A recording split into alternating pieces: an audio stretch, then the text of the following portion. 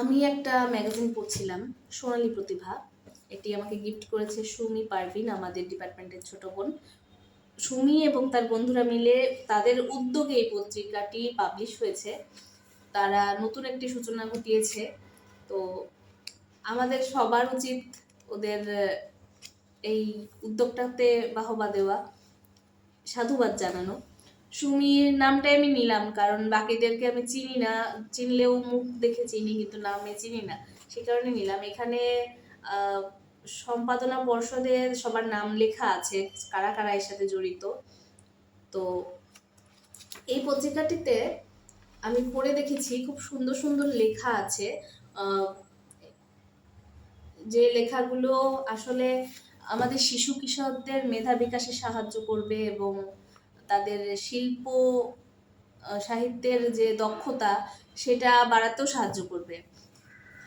ওদের এই পত্রিকাটি সত্যি খুব সুন্দর, অসাধারণ একটা উদ্যোগ।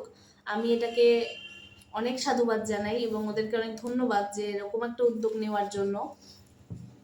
সোনালী প্রতিভা এই পত্রিকাটিতে আছে প্রবন্ধ, কবিতা, ছড়া, স্বাস্থ্যকথা, তারপর নিবন্ধ, ভ্রমণ কাহিনী, আরও অনেক কিছু। এগুলো সব ওরাই লিখেছে এবং এই প্রচ্ছদ ডিজাইন সম্ভবত এটাও ওরাই করেছে। তো ওরা অনেক গুণী, এটা দেখেই বোঝা যাচ্ছে।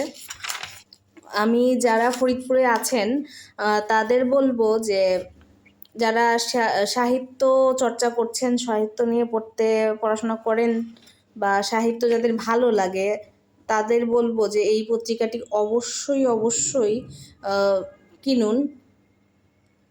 এতে কি হবে, ওদের মনোবল বাড়বে আরও এবং ওরা আরও নিজেদেরকে ইমপ্রুভ করতে পারবে এই ক্ষেত্রে। তো এই বইটি কোথায় পাবেন, এটার প্রাপ্তিস্থান কোথায়, এইটা লেখা আছে বইয়ের উপরে, বই জগৎ লাইব্রেরি ফরিদপুর আর বই পরিচয় ফরিদপুর। এছাড়াও এটার যে মেইন অফিস বিশেষ একাডেমির 3 তলায় পেয়ে যাবেন এই পত্রিকাটি। ওদের এই এত সুন্দর উদ্যোগ, এই উদ্যোগটিকে অবশ্যই সাধুবাদ জানাই এবং অবশ্যই ওদের পাশে দাঁড়াবেন। ও আপনারা যদি এই পত্রিকাটি পড়েন, ওরাও নিজেদেরকে, আমি আগেই বলেছি, ইমপ্রুভ করতে পারবে এবং আরও নতুন নতুন জিনিস ওরা উপহার দিতে পারবে, ওদের দক্ষতা ওরা বৃদ্ধি করতে পারবে। কোথাও একটা শুনেছিলাম যে মানুষ হিংসা বিদ্বেষ ছেড়ে কলম ধরতে পারে সে নিঃসন্দেহে ভালো মানুষ। তো ওরা কলম ধরেছে, ওদের এই কলমটা যেন না থামে সেই কামনাই করি।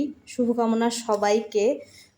সোনালী প্রতিভা আরও এগিয়ে যাক, তোমাদের প্রতিভার বিকাশ হোক, এটাই কামনা।